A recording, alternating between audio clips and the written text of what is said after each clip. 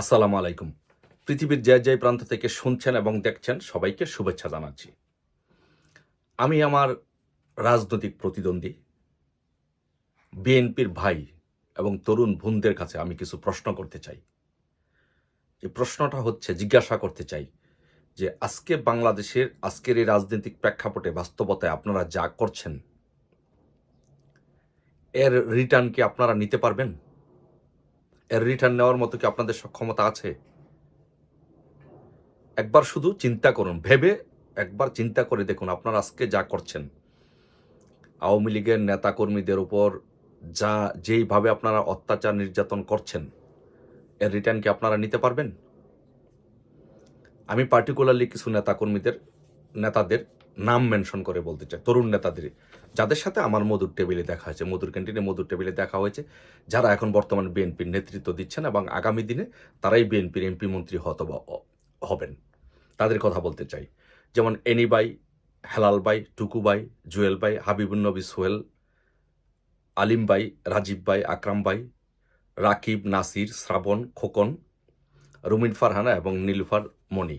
এই তরুণ নেতৃত্বের কাছে আমার কিছু প্রশ্ন, যে আপনারাই আগামী দিনে বিএনপির নেতৃত্ব দিবেন, হয়তোবা মনোনয়ন পাবেন, বিএনপি জিতলে এমপি হবেন, মন্ত্রী হবেন। এখন আমার প্রশ্ন হচ্ছে যে বাংলাদেশে যা হচ্ছে তা কি আপনারা প্রত্যাশা করেন? আপনারা কি এগুলো করাচ্ছেন?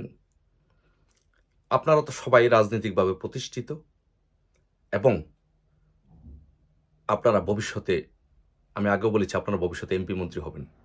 আপনারা অর্থনৈতিকভাবে প্রতিষ্ঠিত, আপনাদের সামাজিক মর্যাদা আছে, আপনাদের এই সমাজে আপনাদের দলের মধ্যে আপনাদের একটা গ্রহণযোগ্যতা আছে।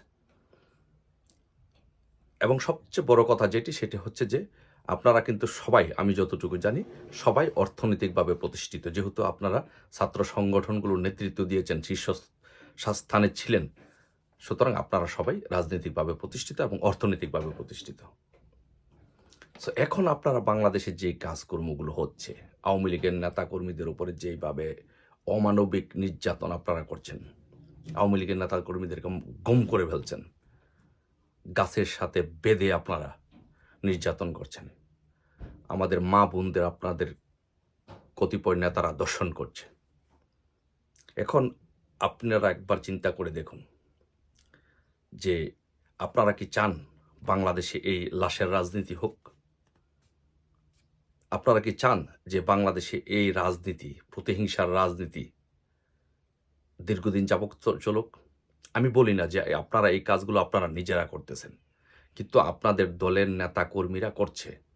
হয়তোবা আপনারা এতে ইন্ধন যোগাচ্ছেন, কেউ কেউ প্রশ্রয় দিচ্ছেন।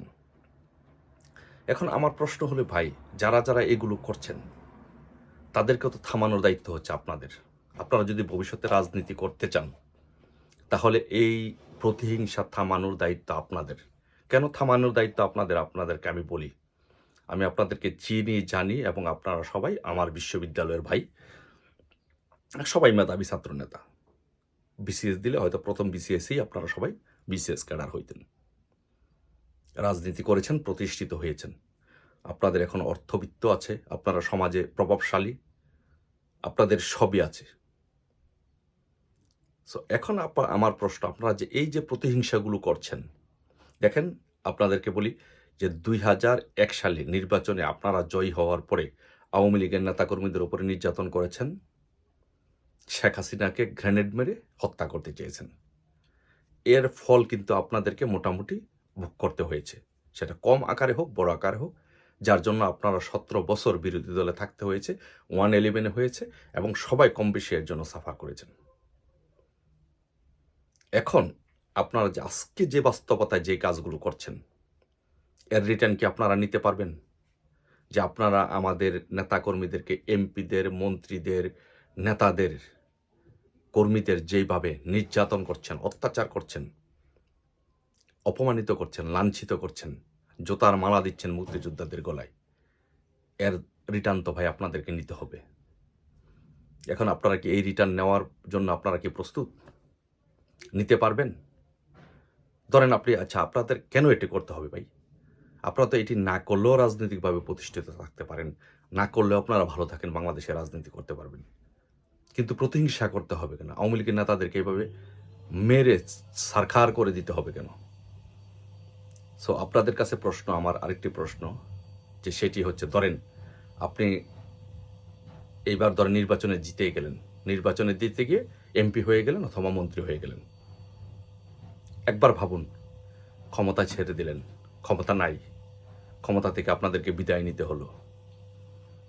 তখন এই ভিকটিম, আজকে যারা ভিকটিম, আজকে যারা অত্যাচারিত নির্যাতিত, তারা আপনাকে ধরে ঢাকা শহরে বিবস্ত্র করে ঘুরালো, আপনার মেয়ের সামনে আপনাকে অপমান করলো, আপনার আপনার সামনে ধরেন আপনার বউকে, আমি এটা চাই না, কেউ দর্শন করলো, আপনার মেয়েকে কেউ শারীরিকভাবে লাঞ্ছিত করলো, আপনার কাছে কেমন লাগবে? যদি সেটি না চান, যদি মনে করেন যে না আমরা এটি চাই না, তাহলে বাংলাদেশে আওয়ামী লীগের নেতাকর্মীদের উপরে অত্যাচার নির্যাতন বন্ধ করুন। আর যদি সেটি করতে ব্যর্থ হন, তাহলে এর জবাবদিহি আপনাদেরকে করতে হবে, এর ফলাফল আপনাদেরকে অবশ্যই ভোগ করতে হবে। রুমিন ফারহানা আপা, নীলুফার চৌধুরী মনি আপা, আপনাদেরকে বলতে চাই, সামাজিকভাবে প্রতিষ্ঠিত, রাজনৈতিকভাবে প্রতিষ্ঠিত, অর্থনৈতিকভাবে প্রতিষ্ঠিত, এগুলো থামান। যদি না থামান, আমরা চাই না আপনাদেরকে কেউ শারীরিকভাবে লাঞ্ছিত করুক, আপনাদের গায়ে কেউ হাত দেখ। এটা বাংলাদেশের রাজনীতির শিষ্টাচার হবে না। কিন্তু যদি এটা করতে ব্যর্থ হন, তাহলে ভবিষ্যতে এটার ফল ভোগ করতে হবে। ভালো থাকবেন সবাই। জয় বাংলা, জয় বঙ্গবন্ধু।